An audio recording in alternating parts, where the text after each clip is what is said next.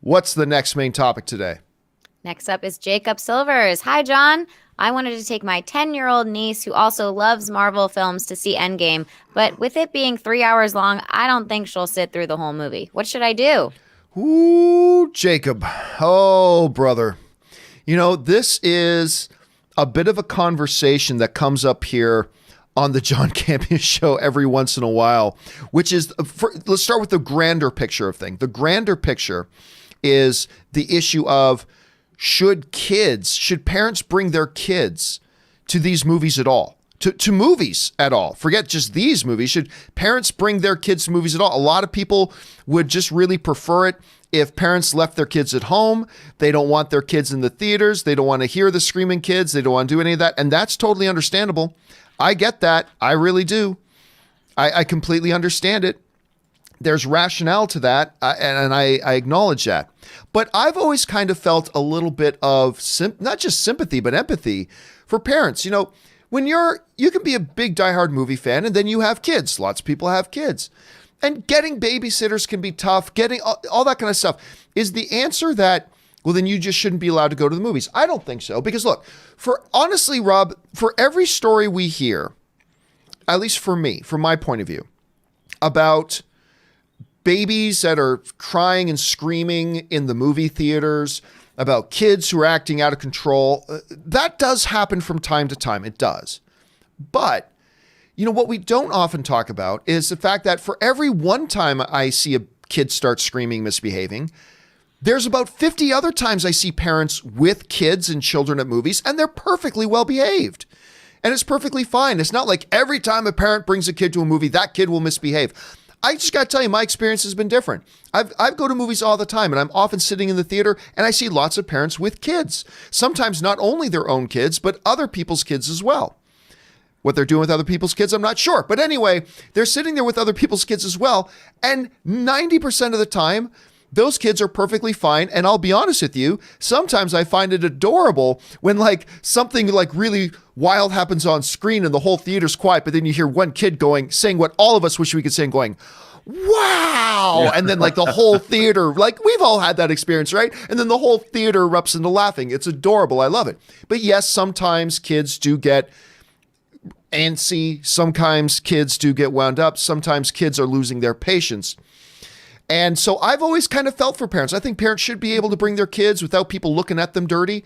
And even when kids do misbehave, a lot of times the parents are pretty sensitive and they go, okay, and they pick up the baby and they walk out of the theater. It's perfectly fine to me. And sometimes you get some parents that are not so cooperative. And they're thinking, my crying kid is your problem. Well, what are you going to do about that? But Rob, Jacob brings up a very interesting point, though. This is not any movie.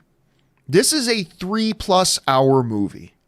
That is a long time to reasonably expect or put expectations on a child that they will behave. And this picture right here is my nightmare for Avengers Endgame. This is my nightmare right here. Sitting beside this kid while watching Avengers Endgame. That's my nightmare. But does it change the narrative here a bit, Rob, understanding this is a 3-hour movie and maybe parents should give a little bit more consideration to themselves and to their fellow moviegoers about whether this is a good idea to bring them to a movie that is this long? There's going to be a lot of loud noises. Can they sit there for 3 hours? I don't know, Rob. How would you approach this? What should people do with this? Well, they did. Here's the thing. I think it's a niece, right? It's his niece who's 10 years old. Look, I think a 10-year-old is smart enough and knows what they're getting into at this point. If they're fans of the Marvel Cinematic Universe, I think kids at 10 years old can be told what they're getting into. And I think that a child who's 10, all you have to do is explain, look, this is a special movie. Tell them what's up. And especially if she knows about the MCU, she's a fan. I don't think this movie is going to be like Gandhi that's going to leave perhaps a 10-year-old kid a little bored. But I don't think this movie is going to be very boring. Call me crazy. But again, I think you just have to take the time and contextualize what you're going to see and ask. Say, look, it's 3 hours long. Do you think you're going to be able to sit there? And if you think you might have to go to the bathroom, make it a point to get tickets where you can sit on the aisle. I don't think a 10-year-old child who's interested in the MCU should be deprived of this experience. And this, obviously, this person is asking you, he's asking us what we think. And I think you should have this conversation. And kids are smart. They're a lot smarter than we give them credit for. And you sit down and you explain this movie's going to be really exciting for a lot of people. We don't want to ruin it. We make it we. We don't want to ruin it for anybody. Do you think you can handle 3 hours? Like, that means you can't. And if you're going to go to the bathroom, we have to sit on the aisle, and you got to be ready for that. And just put it in their court. Ask them. Tell them what's up. And I think most of the time you'll find out that a 10-year-old kid is going to want to play ball and is going to want. I knew when I was 10. I saw Star Wars when I was 10. I was cogent enough that I understood. And I would think that a 10-year-old kid would be just as excited as we are. And I think I'd take the risk, because I think you're going to be far more, as a parent, rewarded by taking that 10-year-old niece of yours to see Endgame. It's going to be a bonding experience you both will not soon forget. And just tell her up front. Star Wars was 89 minutes, by the way. Just throwing that out there. I don't know, man. I've had friends. I've had a lot of friends with kids. I think the original Star Wars was just an hour and a half. No, man, over 120. Oh, I think it's 121. What did I say? An hour and a half, right? 89 minutes. Isn't that an hour and 20 minutes?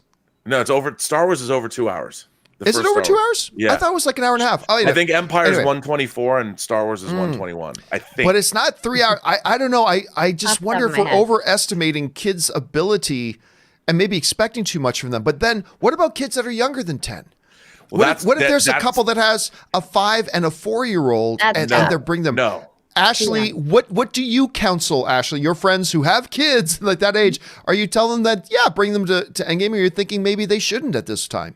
Yeah, definitely not. I mean, my friends that have like 3-year-olds, most of my friends don't have kids, but the ones that do, they're all from, just born to about 3 years old. And they would never, I don't think, take their kid. That would be a disservice to them, like not even to the whole theater. Like, they don't want to take their kids to this movie. But I think a 10-year-old, I mean, you could even maybe try like a little practice run. Maybe have the kid sit on the couch and watch Infinity War again and see if the kid can just be quiet on the couch the entire time and focus, and then maybe play the first 30 minutes again. I forget how long Infinity War is, but maybe, try a little trial run and see how that goes if you're worried about it. But yeah, as Rob was saying, I mean, I think I saw, what did I see? Maybe Jurassic Park when I was younger and in theaters. And actually, it really scared me. I think I had to leave early. But I'm pretty sure like a lot of kids can handle longer movies these days. I feel like, especially if he's already familiar with the MCU. So I'd give it a shot, maybe do a trial run and have a conversation with the kid. And by the way, Rob, a little bit of fact check. You're incorrect. It is not 123 minutes long. It is 125 minutes long. Well, that's the special edition of the original version. That means you're way closer than I was. Oh, I believe that's the special edition, but I don't think there's that added Jabba scene. Yeah, I don't think they're. I think they're a little bit different. The bottom line is you were way closer than me. You were far closer than me. Okay, so guys, what do you think? Do you think people should bring kids?